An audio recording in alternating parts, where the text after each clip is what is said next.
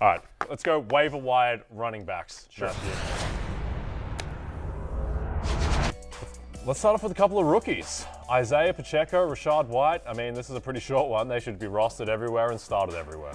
My assumption is that both Isaiah Pacheco and Rashad White are rostered in every 12-team league, but they might be out there in some 10-team leagues. If you're in a league with a bunch of, for example, Steven D'Agostino's, where they're not really paying attention. Just a bunch of guys that, sort of show up on Monday, check, did I win or not? If you're in a league with like that. Sorry, Steven's not a big football guy. He's not really familiar with the concept. I'm not sure he works on he's a big Saudi Arabia fan. Yeah. What I will tell you is that Pacheco and Rashad White, if they are available, and again, they're both available in just over 30% of Yahoo leagues, are priority ads. For me, I would rank them Pacheco and then White. We've seen Pacheco basically take over that Kansas City backfield. No passing game usage for Pacheco, but they are going to want to run the ball, and I think he's probably got more touchdown equity than Rashad White. I also just think that Leonard Fournette, the specter of him is a lot scarier than the specter of Jerick McKinnon and Clyde Edwards-Helaire at this point. Correct. Pending CH's health. What I will say, though, is that if anything were to happen to Leonard Fournette, and we'll see what happens coming out of the bye, right? Because the last time we saw the Buccaneers, he took every snap, Rashad White did, every snap of their first drive in Week 10, and he actually out-snapped Leonard Fournette 22-18 in the first half. Remember, that was the Germany game. That was the game in Germany, and there was also some issues with Leonard Fournette's passport. Yeah. So I don't know if that was a team discipline sort of thing on Fournette, or they just felt like White gave them more of a spark. We will see. Whatever, the fact remains is they're at Cleveland this week. We just saw it with like Devin Singletary last week. Cleveland allows the third most rushing yards per game to opposing running backs this season. They give them a ton of fantasy points to opposing running backs. So Rashad White, who's going to make the love list this week, and the others receiving votes, I think he's a viable flex play and massive upside if anything were to happen to Fournette. Both worth watching. By the way, we should just notice, as long as I'm rambling here, Love-Hate comes out tomorrow. Sure. It is Thanksgiving week. Right. Jay Croucher, I'm taking Thursday off. You're taking Thursday off. Yes. Steven D'Agostino will continue to take days off.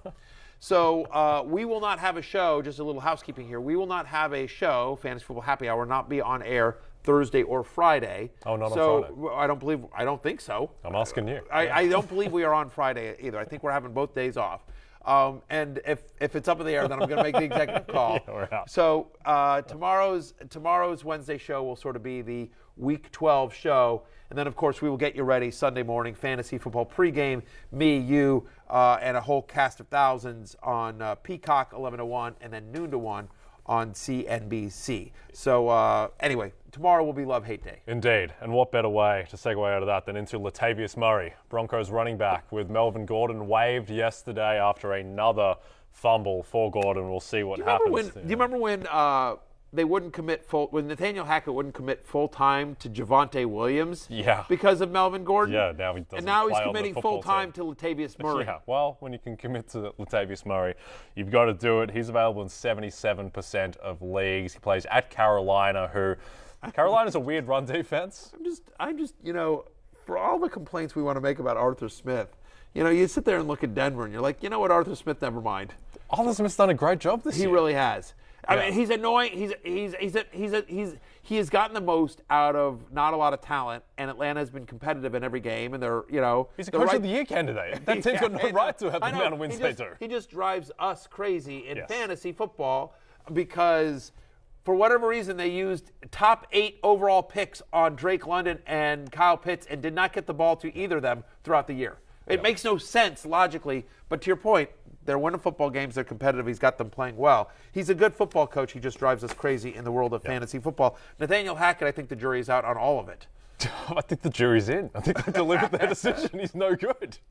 It's not great. The verdict, it's been appealed. It's been turned down for appeal. Done. It's going all the way. Bye-bye. Yeah. So Chase Edmonds, he's going to miss a lot of time with his high ankle sprain. Marlon Mack is back from the dead. Marlon McIntosh. Yeah, like little Marlon McIntosh. In the building, perhaps, in Marlon, the building. But apparently yes, he's going to play you for the Broncos. thought you were done with Marlon Mack. You're not done with Marlon Mack. No. Yeah, and Divine Ozigbo as well, be activated from the practice squad. But it is Latavius Murray's backfield in Denver. Look, here's a guy that so far this season is a top 30 running back in fantasy points per game.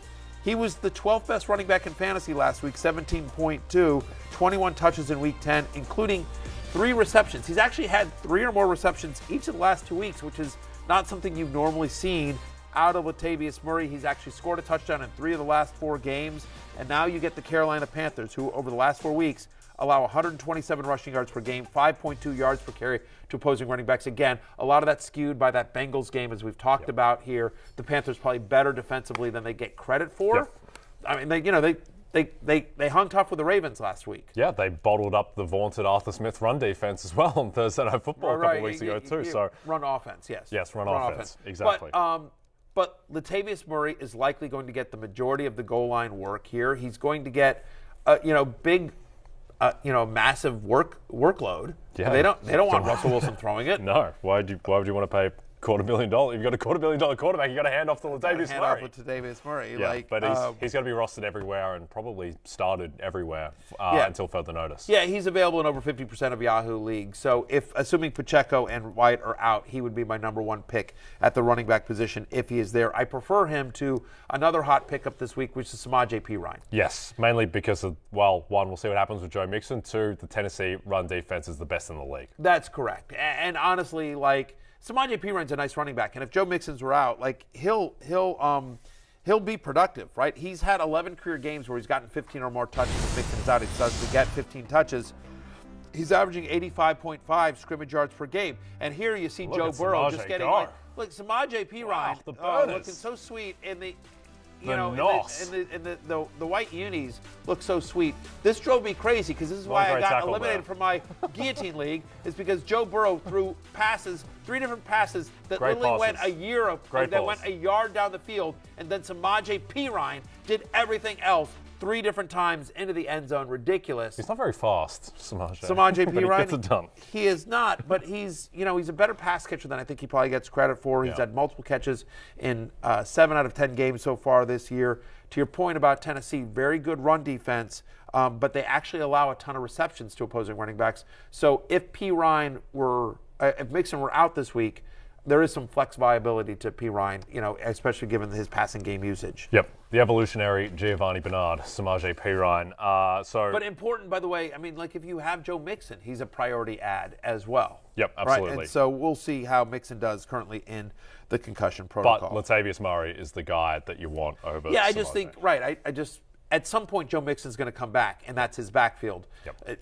No one's coming back for Denver. Yep, and even this week, regardless of that, you don't want Samaje against the Tennessee defense when you can get Latavius against the Carolina defense. Correct. Let's quickly talk about Kieran Williams, who is in a mess of a team and goes up against the Kansas City Chiefs. So probably not going to be the greatest run script in a game that the Los Angeles Rams are 14.5-point underdogs to Kansas City, but he might be the guy that you want in that backfield for the rest of the way. Yeah, who knows what's going on with the quarterback situation there. It's a mess in Los Angeles, and now they play the Kansas City Chiefs. They're on the road to Kansas City. But I think this is interesting as you see it there on your screen.